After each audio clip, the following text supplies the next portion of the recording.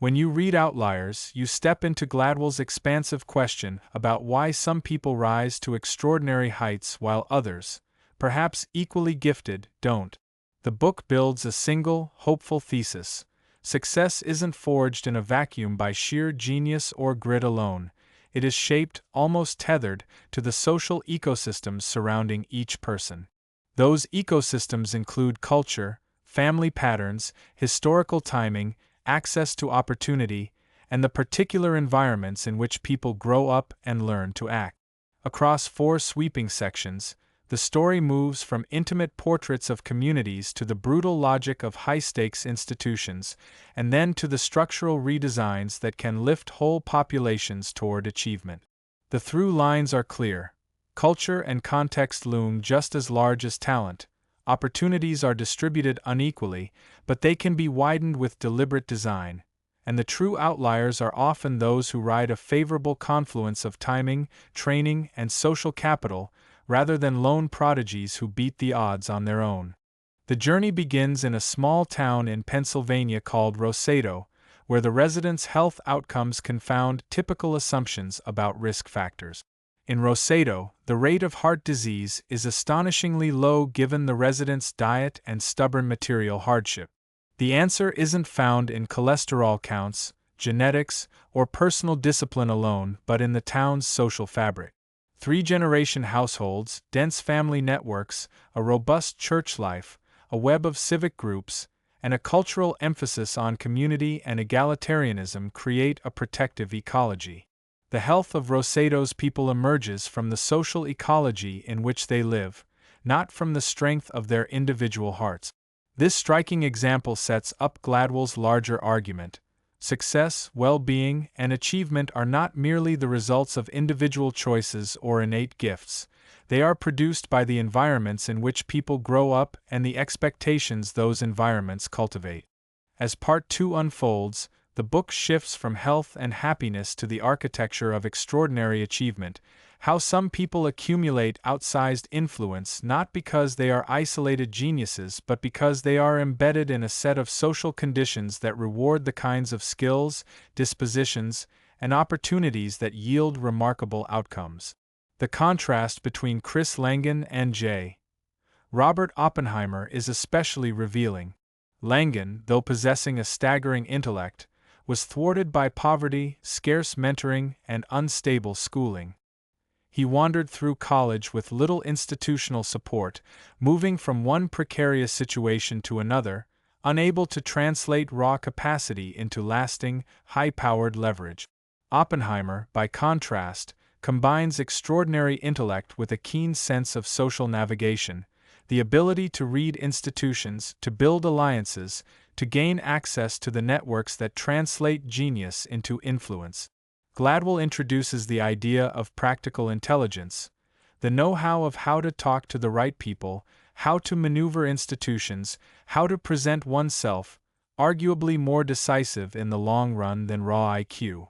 This distinction between cognitive potential and cultural savvy becomes a central thread throughout the book.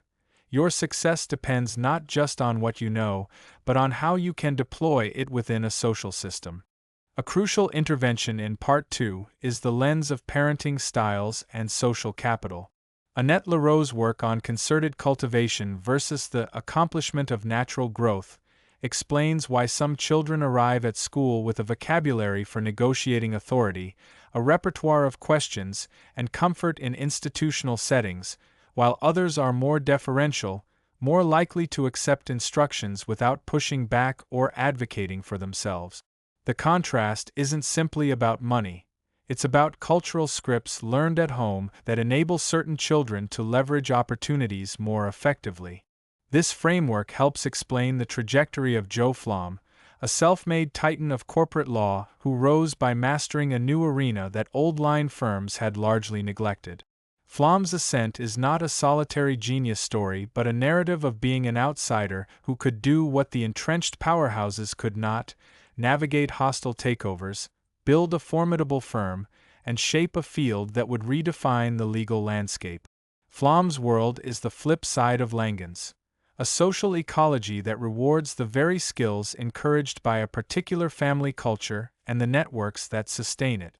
Gladwell then presents three intertwined lessons from Flom's Ascent, each pointing to a larger, almost industrial logic of success. First, the value of being an outsider in a system that needs a new kind of expertise. Second, the role of demographic timing. Being born at the right historical moment when a profession is expanding creates an opportunity wave larger than any single talent. And third, how the working class or immigrant experiences in certain trades, like the garment industry, process work into a form of practical intelligence, the ability to navigate complex organizational demands, negotiate, and see opportunity where others see constraints. The garment trade becomes a surprisingly potent engine, yielding a social and cultural capital that later translates into corporate leadership and legal prowess. The portrait of the Wachtell, Lipton, Rosen and Katz founders, three men who came of age in similar times and contexts and who built one of the premier law firms by leaning into the new, aggressive forms of corporate counseling, caps this argument. Success arises at the intersection of talent, timing, and the social capital that enables you to translate talent into opportunity. Part 2 culminates in a provocative claim about birth timing. The optimal birth year for a modern New York lawyer is around 1930. Those born then could ride the crest of a rising economy, the expansion of corporate law, and the aftershocks of immigrant communities that supplied a ready supply of capable, ambitious young professionals. The larger point is that culture, history, and timing are not footnotes to personal genius. They are active forces that shape who becomes an outlier and who does not. Gladwell's recurring refrain, "Culture matters, history matters, timing matters," frames the remainder of the book's exploration of how outliers come to exist in every domain, not just in genius-level intellect but in the social ecosystems that allow talent to mature into achievement. In Part 3, the focus sharpens on the cultural and linguistic dimensions that govern performance in high-stakes environments and in everyday learning. The ethnic theory of plane crashes opens with a stark observation: communication in crisis isn't just about conveying information, it's about negotiating power, deference, and authority. Dov Cohen and Richard Nisbet's provocative hallway experiment shows how insults can provoke culturally patterned responses anchored in regional histories. Northern Americans often respond with humor and a diffused hormonal reaction, while individuals from the South may display a heightened hormonal surge and a readiness to escalate. The point isn't about a single temperament, it's about culturally transmitted scripts for how to respond under threat. Pilots and crews, especially in the cockpit, a two-person system designed to keep someone at the wheel while others check and challenge, must master a balance between respect for authority and the safety-critical need for blunt, direct communication. The Avianca Flight 052 tragedy becomes a sobering case study, a culture of mitigated speech, polite hedges and deference to hierarchy, masked urgency and blocked critical warnings as fuel dwindled. It's a telling reminder that a language that saves face can also save lives, but only if the team adopts a culture of speaking up when safety demands it. Hofstede's Power Distance Index becomes a practical framework within aviation safety. Low power distance, by design, encourages junior crew members to speak up. High power distance creates a climate in which subordinates hesitate to challenge a captain. The story of Korean Air's reforms at the turn of the century, establishing English as the operating language and overhauling cockpit culture through Western training firms, illustrates a kind of cultural remodeling that preserves identity while curbing deadly risk. The Guam crash study reinforces that the problem isn't a single nation's culture, but the way hierarchy, language, and norms interact in the cockpit under pressure. In Gladwell's hands, these cases aren't simple cautions about cultural flaws. They are evidence that culture can be understood, measured, and redesigned so that high-stakes work can be done safely when teams know how to hear what's being said and respond with clarity. Rice paddies and math tests broadens the discussion from crisis communication to cognition and schooling. The image of the rice paddy, an environment of meticulous, patient, collaborative labor, becomes a metaphor for a culture that prizes long hours of focused, hands-on work. The argument pivots on language and cognitive structure. Chinese number words form a transparent, systematic counting system that makes basic arithmetic more intuitive for young learners. English, with its irregularities, imposes cognitive friction in early math education. The implication isn't that one language makes people smarter, it's that language can shape cognitive ease and the ease with which a child learns math. The chapter introduces a broader cultural pattern. Societies that valorize extended problem-solving, deliberate practice, and perseverance, habits shaped by agricultural and communal routines, tend to cultivate a mathematical mindset that translates into sustained achievement in STEM field. The TIMSS studies underscore this link, showing a correlation between societies that invest in long, thoughtful problem-solving and high performance in math and science. The rice paddy ethic becomes a blueprint for a modern cognitive toolkit.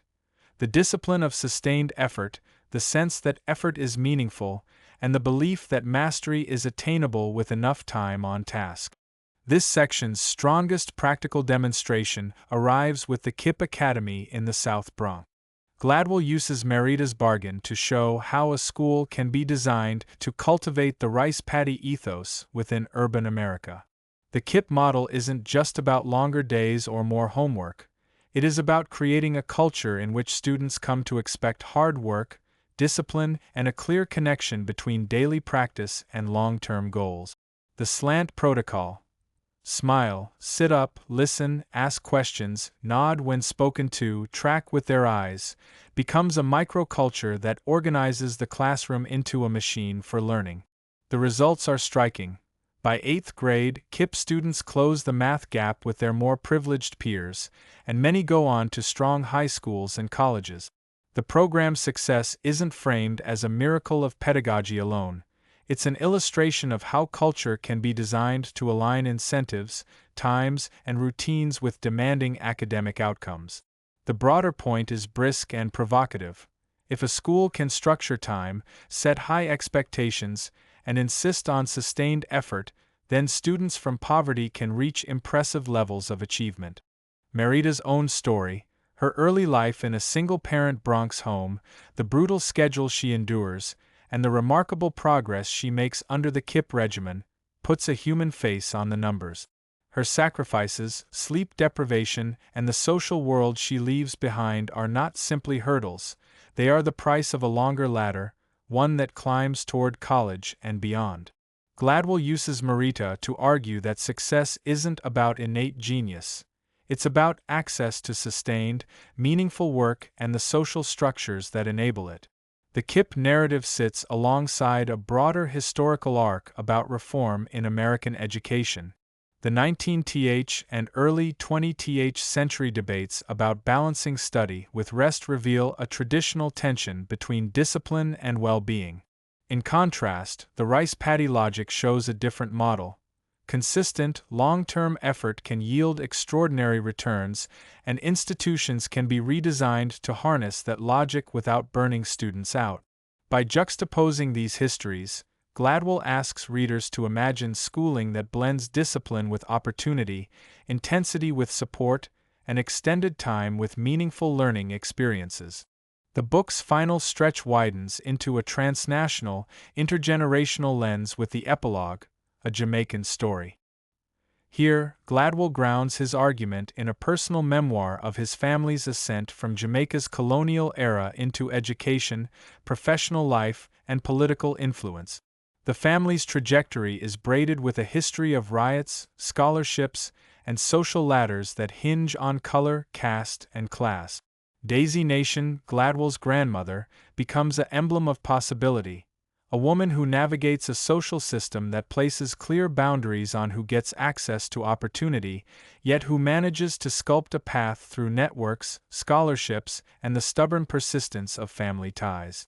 The Jamaican narrative is not an escape hatch from the main argument but a stark, intimate demonstration of it. Success is rarely the result of one person's genius alone. It is the fruit of a historical ecology, family, community, economic shifts, and public choices that either opens doors or closes them.